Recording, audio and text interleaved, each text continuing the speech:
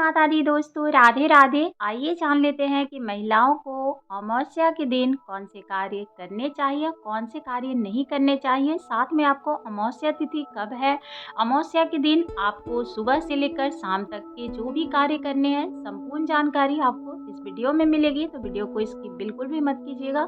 अगर पूर्ण जानकारी चाहिए तो वीडियो को आप सब्सक्राइब कर लें, जिससे कि आपको कभी भी कोई भी वीडियो अपलोड होती है तो आपके पास नोटिफिकेशन मिल जाए। तो आइए जान लेते हैं अमावस्या तिथि पे हमें क्या करना चाहिए और अमावस्या तिथि कब है, शुभ मुहूर्त, सारी जानकारी इस वीडियो में मिल जाएगी। तो वीडियो में बने रहिएगा। तो देखिए, अमावस्या तिथि है इस साल 2025 में बैसाख अमावस्या जो है 27 अप्रैल को है। इस दिन उपवास रख सकते हैं, दान पुण्य कर सकते हैं, पितरों की पूजा भी कर सकते हैं। कोई भी शुभ कार्य का आरंभ मत कीजिएगा।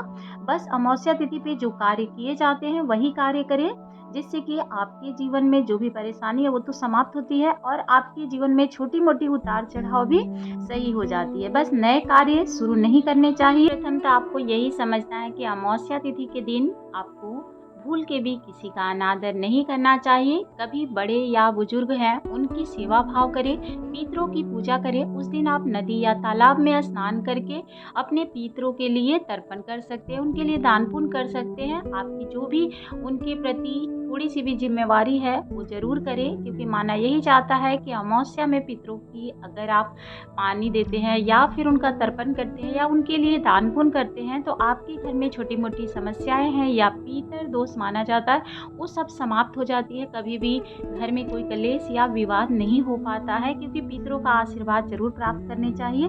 तो माना यही जाता है, बहुत लोग उपवास भी करते हैं उस दिन, क्योंकि उपवास करना बहुत ही शुभ माना जाता है। पवित्र नदी में आप स्नान नहीं कर सकते तो घर में भी स्नान करके आप सूर्य देव को जल जरूर दीजिएगा।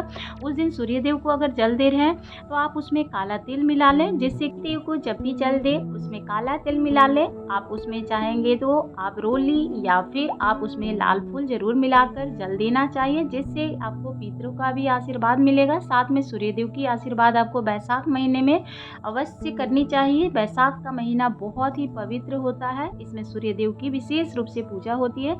तो आप पितरों के लिए दान पुण्य कर सकते हैं, जो उनकी पसंद है अपनी सामर्थ्य अनुसार ही दान करें। घर में उस दिन आप पूजा अर्चना कर सकते हैं, नदी नहीं जा सकते कोई दिक्कत नहीं है, गंगा जल मिला के घर में ही स्नान करें।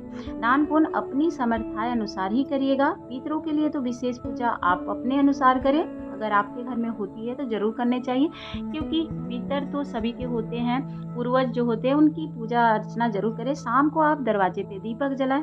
उस दिन घर में आप इतना ध्यान रखिएगा कि उस दिन पकवान कुछ भी आप बनाए घर में। ऐसे तो पुआ बनाने से घर को खुशबू करना बहुत ज़रूरी है, क्योंकि पितर जो है आसपास ही होते हैं। तो उनकी पूजा अगर आप किसी कारणवश नहीं कर पा रहे हैं तो आप ज़रूर मीठे बनाएं, जिससे कि उनके आपके घर की जो भी परेशानी है, चाहे निगेटिव ऊर्जा है, वो भी निकलती है। पितर प्रसन्न होते हैं, आशीर्वाद देते हैं। घर में कोई भी बच्चा या किसी का भी चिड़चिड़ापन होता है, चाहे परेशानी आती है, तो पितर के आशीर्वाद ऐसे होते हैं कि घर की सभी परेशानी खत्म हो जाती है।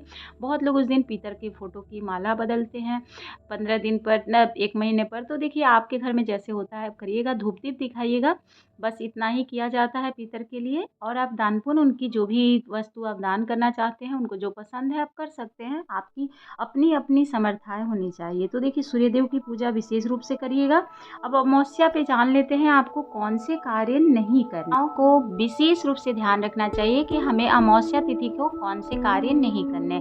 सर्वप्रथम तो माना जाता है कि आप किसी का अनादर न करें। उस दिन यात्रा करना भी शुभ नहीं माना जाता है। तो कोशिश करें, अगर आप अमावस्या तिथि को यात्रा कर रहे हैं तो उससे बचें, क्योंकि अमावस्या तिथि को यात्रा शुभ नहीं माना जाता है। विवाद बिल्कुल भी नहीं करना चाहिए, किसी से भी झगड़ा लड़ाई न करें, किसी का अनादर न करें। अगर आपसे लग रहा है कि हमको किसी बात का हो सकता है तो आप साइड हो जाए, इस तरह से माना जाता है। घर में उस दिन माना जाता है कि मांसाहारी या फिर नशीली पदार्थ जो होती है उसका सेवन नहीं करना चाहिए, उससे बच बचाव के रखना चाहिए। और महिलाओं को बाल नहीं धोना चाहिए, क्योंकि बाल बिल्कुल भी शुभ नहीं होता है। ये पूर्वज भी पहले कहा करते थे कि बाल धोने के लिए भी एक समय है, दिन होता है। तो इस साल 2025 में अमावस्या तिथि जो है वो 27 अप्रैल को है। जो दिन है रविवार, तो रविवार को पूजा बिल्कुल भी पीपल वृक्ष की नहीं की जाती है। तो आप पीपल वृक्ष में जल ना डालें, उस दिन आप ऐसे ही आशीर्वाद ले लें। पवित्र नदी में स्नान करना है, उसके बाद फिर आप शाम को चाहेंगे दीपक जला सकते हैं, पर जल नहीं डालना चाहिए। दूर से ही आप दीपक जला दें, दिखा दें। अगर आप जलाना चाहते हैं नहीं तो अपने दरवाजे पे तो ज़रूर जलाएँ। आप नदी, तालाब में, सरोवर में नहाने गए हैं, वहाँ पे आप जला सकते हैं, क्योंकि इस बार रविवार है तो रविवार को नहीं जलाई जाती है। ऐसे भी आप देखेंगे तुलसी माता को भी उस दिन ना ही जल देते हैं, ना ही हम वहाँ पर पूजा करते हैं उनकी। तो उसी तरह से पीपल वृक्ष में भी माँ लक्ष्मी का वास होता है, तो उसमें भी पूजा नहीं करनी चाहिए, ये मान्य है। तो इस बात का आप ध्यान रखिएगा। बाल महिलाओं को बिल्कुल भी नहीं धोने चाहिए। बोला जाता है पीले सिंदूर भी उस दिन ना लगाएं। आप बाकी आप देख लीजिएगा, आप जैसे भी करते आए हैं वैसे करें, लेकिन बाल नहीं धोना चाहिए। ऐसे भी देखिए अमावस्या को, पूर्णिमा को और एकादशी व्रत के दिन बाल धोना वर्जित है, नहीं धोना चाहिए, क्योंकि इससे सुहाग घटता है।